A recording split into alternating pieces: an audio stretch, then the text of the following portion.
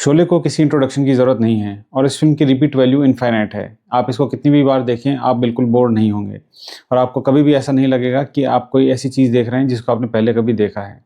Reason ये है कि इस फिल्म को इतना परफेक्शन के साथ बनाया गया है और इस फिल्म को बनाते टाइम पर एक-एक चीज़ का इतना ध्यान रखा गया है कि आपको उस फिल्म के आगे बढ़ते हुए स्क्रीन प्ले, उस फिल्म की आगे बढ़ते हुए स्टोरी के साथ ये फिल्म आपको बांध के रखती है।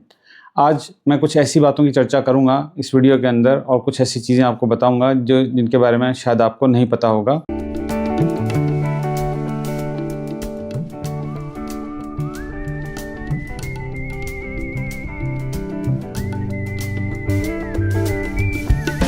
अगर आप ये जानते भी हैं तो भी आप इस वीडियो में बने रह सकते हैं, बिकॉज़ ये वो चीज़ें हैं जो हमको पिछली जनरेशन को बतानी चाहिए। मतलब जैसे कि मेरे पिताजी ने मूवी मेरे को दिखाई थी, सो उस टाइम पे वीडियोस वीसीआर्स हुआ करते थे, तो मैंने मूवी वीसीआर पे देखी थी। सो एक वीसीआर में कैसेट की लेंथ होती है करीब 3 घंटे, 180 मिनट का एक वीसीआर रोल आता है। और ये मूवी जब मेरे को याद है घर पे जब चलाई गई थी मूवी, तो इसके 2 वीडियो कैसेट आए थे। सो एक के अंदर करीब 2.5 घंटे का पार्ट था और अगले जो कैसेट था उसके अंदर 45 मिनट्स की थी।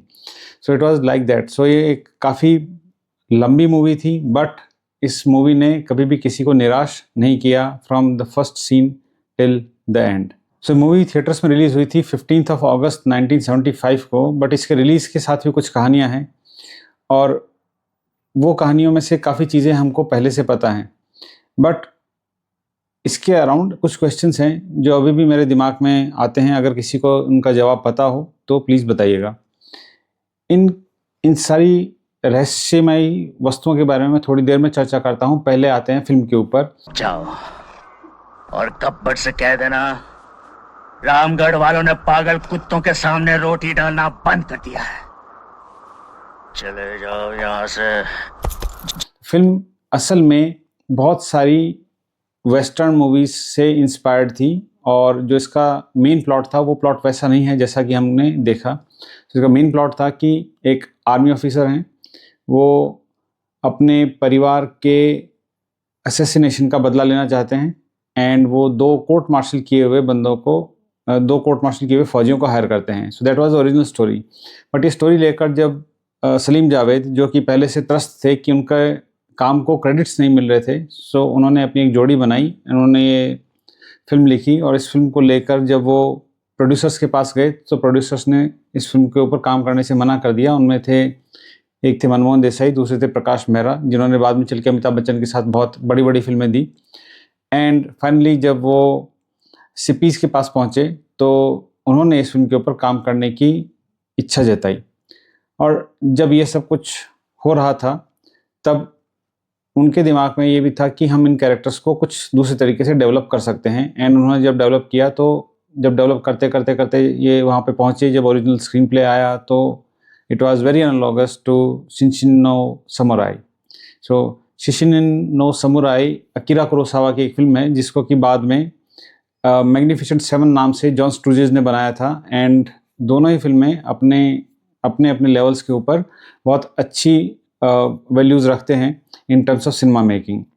अब इस फिल्म के अंदर बहुत सारी चीज़ें ऐसी हैं जो कि और फिल्मों से इंस्पायर्ड थी। जैसे कि फिल्म के अंदर एक सीन है जहाँ पर अमिताभ बच्चन और हेमा मालिनी अटक जाते हैं और गुंडों के बीच में जब टुवर्ड्स एंड है वो सीन आता है।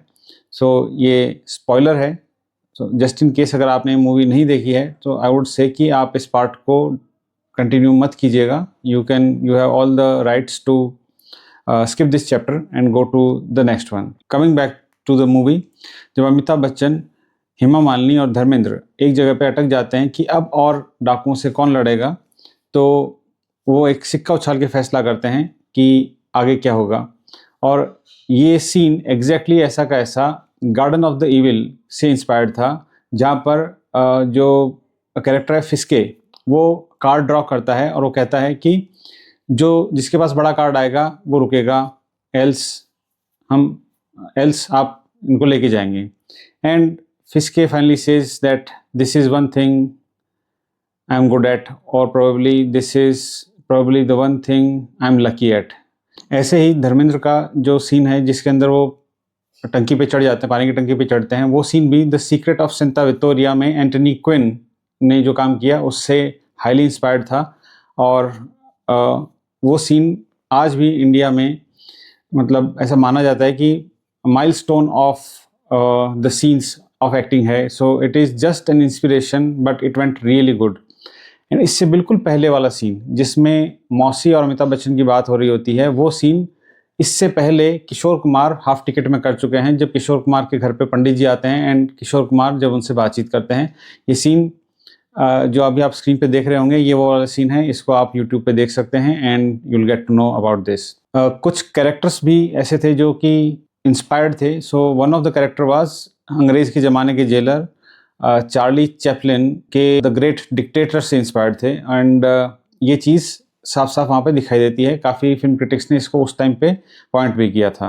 इनके अलावा जियान मारिया वोलेंते, जिन्होंने for a few dollars more में एंटागनिस्ट प्ले किया था, गब्बर का कैरेक्टर उनसे हाईली इंस्पायर्ड था। एंड इवन दैट सीन कि अब तेरा क्या होगा कालिया एंड तीनों को गोली नहीं लगी was highly inspired by this scene. और इनके अलावा भी एक सीन है वो once upon a time in the west से हाईली इंस्पायर्ड है, और आप जानते हैं कौन सा। अब चूंकि ये फिल्म इतनी ज़्यादा इंस्पायर्ड थी वेस्टर्न मूवीज से, तो इसको पर्दे पे उतारने के लिए 2 एक्शन डायरेक्टर्स यूके से बुलाए गए, और उनमें जेरी क्रम्पटन का नाम है। जेरी क्रम्पटन ने बहुत सारी जेम्स बॉन्ड मूवीज़ में स्टंट डबल रहे हैं वो, एंड एक्शन असिस्टेंट भी थे।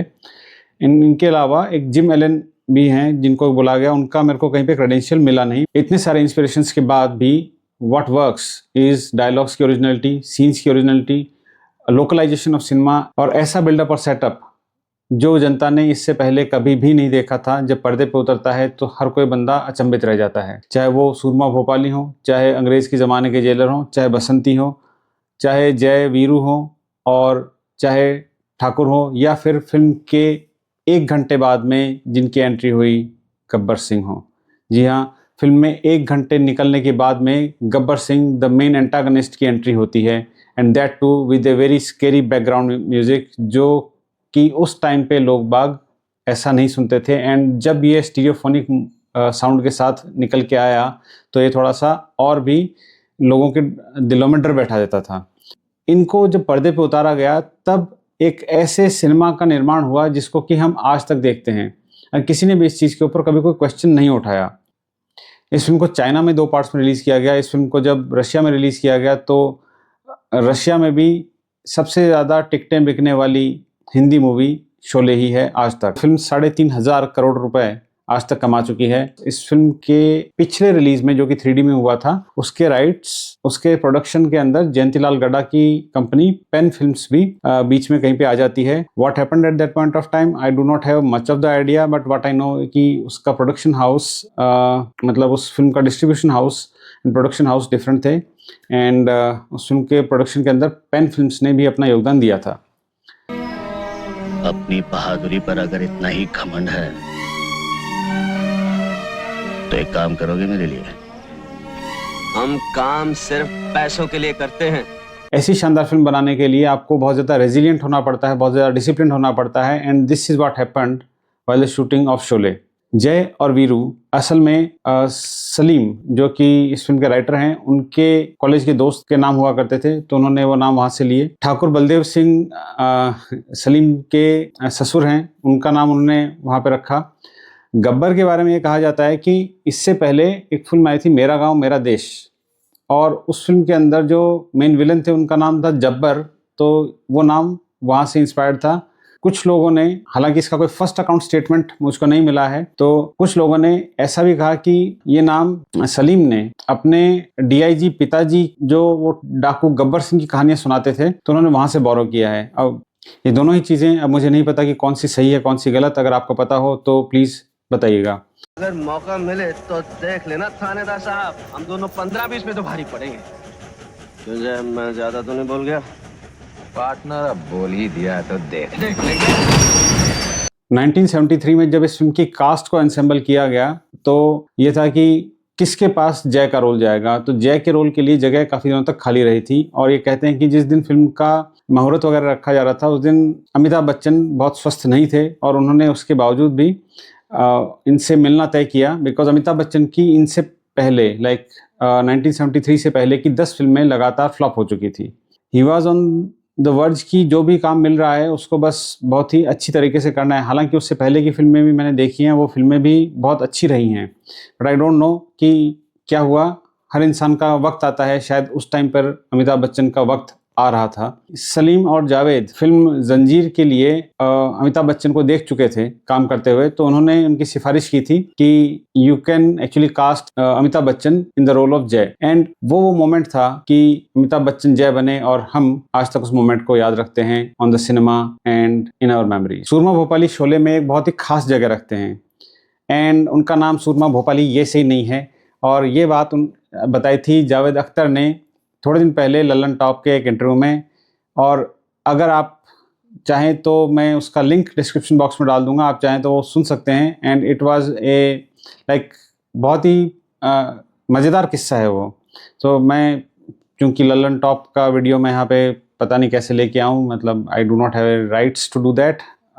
सौरभ जी अगर आप सुन रहे हैं तो दिया करो ऐसे राइट्स क्लिप निकालने के, बट बहरहाल लिंक से काम चलाइए। देखो, मुझे बेफिजूल की बात करने की आदत तो है नहीं, इसलिए पहले ही से बोल देना अच्छा है।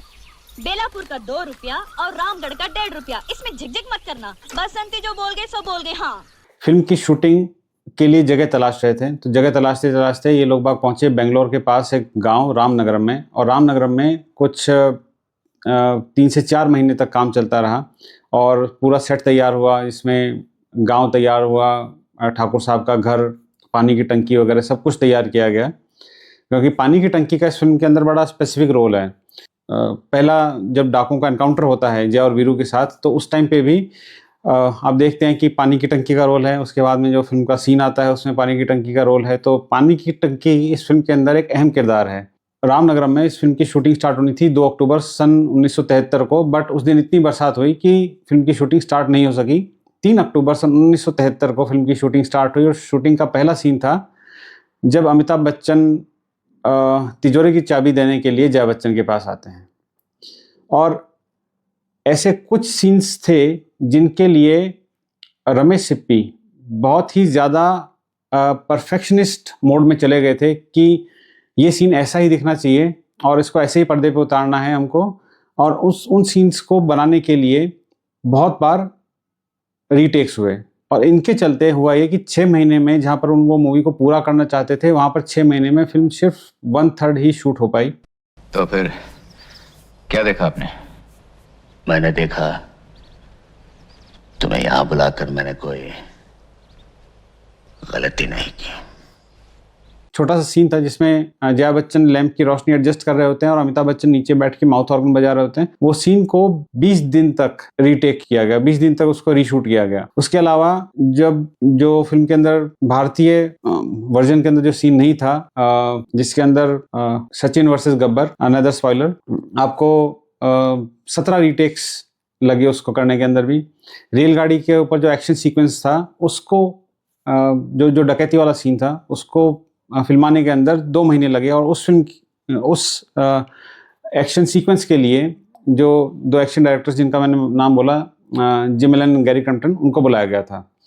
एंड वही स्पेसिफिक लैंडमार्क्स हैं इस फिल्म के जो कि जनता को शुरुआत के अंदर ही बांध के रख देते हैं।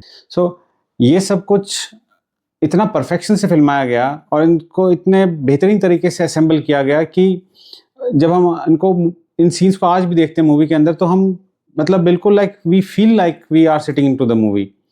मैंने इस फिल्म को नहीं करते हुए 50 से 60 बार देखा है। And I am sorry to say this, but मैं पुणे जॉब करता था। पुणे से जब मैं वापस जयपुर आ रहा था तो ट्रांसपोर्टेशन के टाइम पे मेरा एक बॉक्स था जिसके अंदर सिर्फ और सिर्फ शोले का ही मटेरियल था। एंड वो मेरा बॉक्स गायब हो गया। 2 बॉक्सेस थे, उनमें से एक में शोले का मटेरियल था। उनके अंदर था शोले की 3 या 4 DVDs मैंने मंगवाई थी। उनमें से एक DVD मैंने एरोस की DVD थी, US की, वो मंगवाई थी। एक DVD थी जो DEI की मूवी थी, वो UK में मिलती थी, मैंने अपने फ्रेंड को बोल के वो DVD मंगवाई थी। एक और DVD थी जो मोजर बेयर ने निकाली थी, वो DVD भी मेरे पास उसी बॉक्स के अंदर थी। एक पेन का प्रिंट था, वो भी मेरे पास उसी बॉक्स में था। और हर प्रिंट की खासियत ये थी कि हर प्रिंट के अंदर आपको कुछ कम या कुछ ज़्यादा मिलता था।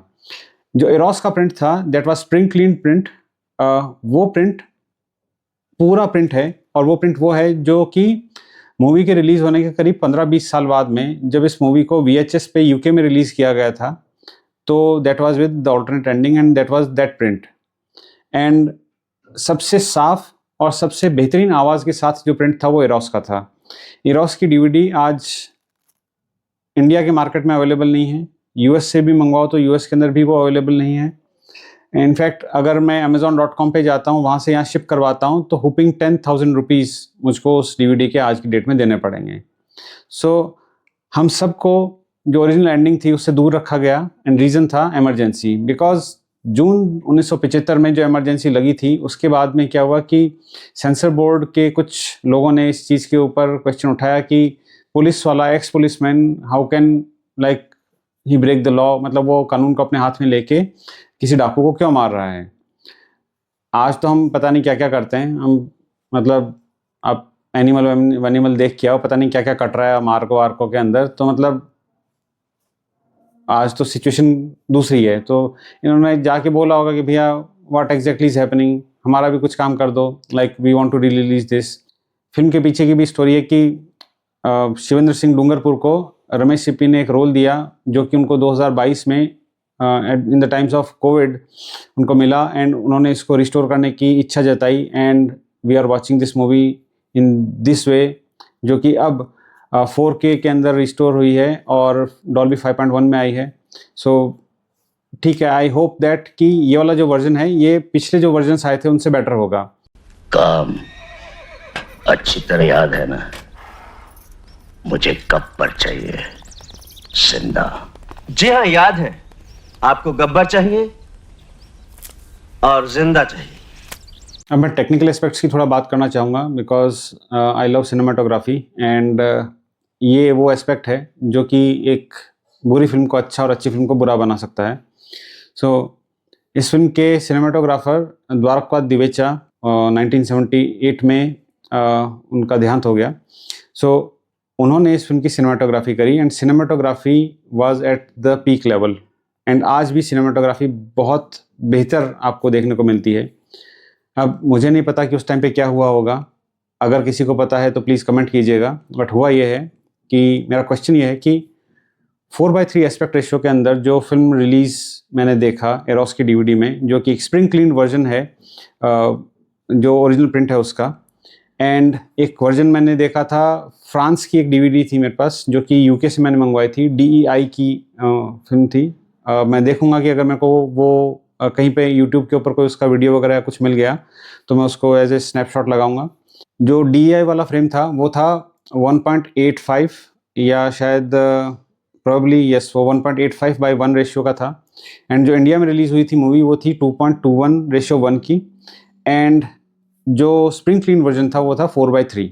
जो स्प्रिंग क्लीन वर्जन था 4:3 वो उसके अंदर अल्टरनेट एंडिंग थी, एंड VHS के ऊपर वो जब रिलीज़ हुई थी मूवी UK में 15 या 20 साल के बाद में रिलीज़ हुई थी, तो उस मूवी का मतलब वो that was the alternate ending version, and that came up with 4:3।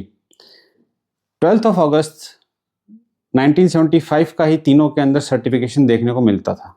अगर 23 दिन का अल्टरनेट एंडिंग शूट का दोबारा टाइम लिया गया था तो वो टाइम कहाँ से आया, और 12 अगस्त से कितना पहले उसको रीशूट किया गया। So that still is a mystery. अगर किसी के पास कोई फर्स्ट हैंड अकाउंट है इसका, या अगर सेकंड हैंड भी अकाउंट है इसका, तो प्लीज़ बताइएगा, बिकॉज उसके बारे में अब तक मैं बहुत मुश्किल से पढ़ पाया हूँ कहीं पे। एक चीज़ जो मैंने पढ़ी थी वो थी कि 1975 में मई के महीने में जय संतोषी रिलीज़ हुई थी, and the whole country was in the under the wave of Jai Santoshi, and उसकी वजह से भी लोगों ने शोले को, बिकॉज जय Santoshi was a very soft and devotional movie, and Sholay was like उस टाइम पे it was an out and out action movie, तो लोगों ने बोल दिया था in contrast it does not fit in Indian aspects, and कुछ क्रिटिक्स ने इसको ये बोल के भी नकार दिया था।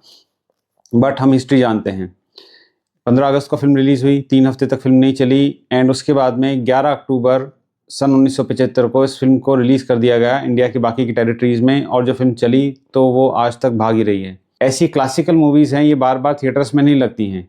तो जनता अगर धुरंधर के रहमान डकैत को इतनी मतलब श्रद्धा दे रही है, तो भाई साहब थोड़ा बहुत इंडिया के ओरिजिन वाले गब्बर सिंह को भी ध्यान दे के देख लो, ठीक है। That is what my take is कि there is no point like we take Rehman Dakait over Gabbar Singh, ठीक है। दोनों चीज़ें अपनी अपनी जगह पे अलग अलग हैं, बट माई टेक इज़ कि इस फिल्म को एक बार हॉल में देखना बनता है। अगर आपको क्लासिक्स देखने का शौक है तो ये मूवी आपके लिए बनी हुई है, और इस फिल्म को जेन ज़ी को देखना चाहिए और उनको बताना चाहिए कि रेजिलियंस कैसे काम करती है। उस टाइम पे भी 1975 में भी लोगों ने वो करके दिखा दिया था जो आजकल की इतनी बड़ी बड़ी मूवीज़ भी नहीं कर पाती हैं। एंड अगर जैसा कि हम शायद पहले बात कर चुके हैं, 3.5 करोड़ रुपए इस फिल्म का टोटल अर्निंग आज तक का हो गया है, तो मतलब क्या केजीएफ और क्या धुरंधर और मतलब कुछ भी आगे आ जाओ, किसी मतलब there is no competition to this movie. And if there is no competition to this movie, and if this is one movie which excels in every area, then why not watch this movie in theaters? And yes, that was the video, but video ख़त्म करने से पहले I would rather suggest कि आप इस film को cinema theatre में ज़रूर देख के आएँ, because this is a once in a lifetime moment जो कि आप सिनेमा थिएटर के अंदर एक्सपीरियंस करके आओगे। इस एक्सपीरियंस को आप वैसा कहीं पे भी नहीं एक्सपीरियंस करोगे जैसा आपने सिनेमा थिएटर के अंदर एक्सपीरियंस किया। So let's see how it goes. मेरी एक वरी ज़रूर है कि जब लास्ट टाइम मैंने इस फिल्म को थिएटर में देखा था, which was this 3D version, तो क्या हुआ था कि जब इसके ऑडियो को रीमास्टर किया गया था, तो उसके ऑडियो के रीमास्टरिंग के टाइम पे बहुत सारी वॉइसेस ऐसी थी जो चली गई थी। तो मतलब जो आवाज़ थी वो काफ़ी ज़्यादा आर्टिफिशियली ब्लेंडेड लग रही थी। अब मैंने जैसे कि आपको बताया मेरे DVDs के बारे में, उन DVDs में एरोस का जो DVD था वो इतनी अच्छी थी कि मैंने उसको एक मेरे फ्रेंड के पास डॉल्बी 2.1 हुआ करता था, तो मैंने उस डॉल्बी 2.1 के ऊपर उसको लगा के चलाया था मूवी को, and it was like fabulous. It was a theatrical experience at home. जो थिएटर का एक्सपीरियंस है वो आपको थिएटर में मिलेगा, क्योंकि घर पे जब हम कंटेंट देखते हैं तो 80% ऑफ टाइम्स तो मतलब कभी चाय बना के लेके आ रहा है, कभी कोई कुछ कर रहा है, कभी कोई कुछ कर रहा है, सो वो फील ही गायब हो जाता है। सो यही एक प्रॉब्लम है कि इंडिया की जनता अच्छे आर्ट को अटेंशन नहीं देती, and that is why the good films in today's time does not run in theatres for longer period. But let's break this और शोले को हॉल में देख के आइए। सो यस, यही था हमारा वीडियो। अदियोस, मिलते हैं आपसे अगले वीडियो में। प्रॉब्ली शोले देखने के बाद मैं उसका एक छोटा सा रिव्यू करूं कि how was the digital remastering has gone and how is the Dolby 5.1 sound, तो कैसा सब कुछ दिख रहा है, because this is what matters। because जैसा कि मैंने आपको बताया कि 4:3 वाला जो वर्जन था, that was the bestest ever version which I had seen of the movie Sholay on small screen on DVD, and वो DVD आज 10,000 रुपये की आपको ब्लैक में या किसी के पास कोई सेकंड वर्जन पड़ा हो मिल जाएगा। Okay guys, adios.